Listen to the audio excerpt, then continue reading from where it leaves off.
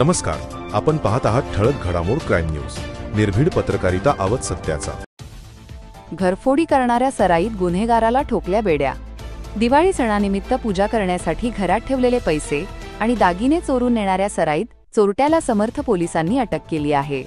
घटनेत फिर्यादी यांनी 18 ऑक्टोबर 2025 रोजी दुपारी घरातील कपाट उघडले असता ते उचकटलेले दिसले.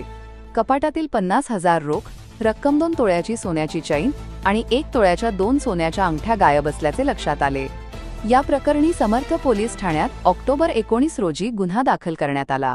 तपास पथकाने सखोल तपास करून संशयिताचा माग काढला असता त्याचे नाव शिवाजी रामचंद्र खंडागळे, वय 29 वर्षे, राहणार जोशी प्लॉट, सांगलीवाडी तालुका, मिरज जिल्हा, सांगली असे समोर आले.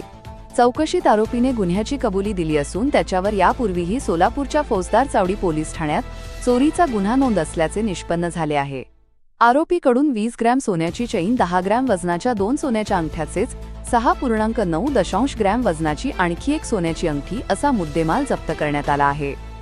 ही कारवाई सहाय्यक पोलीस आयुक्त फरासखाना विभाग अनुजा देशमाने यांच्या मार्गदर्शनाखाली वरिष्ठ पोलीस निरीक्षक उमेश गित्ते व पोलीस निरीक्षक गुन्हे चेतन मोरे यांच्या सूचनेनुसार उपनिरीक्षक जालिंदर फडतरेचेच अंमलदार पागार अवचरे, रोहिदास वाघेरे, इम्रान शेख, शिवा कांबळे, अमोल गावडे, शरद घोरपडे व भाग्येश यादव यांचा समावेश होता.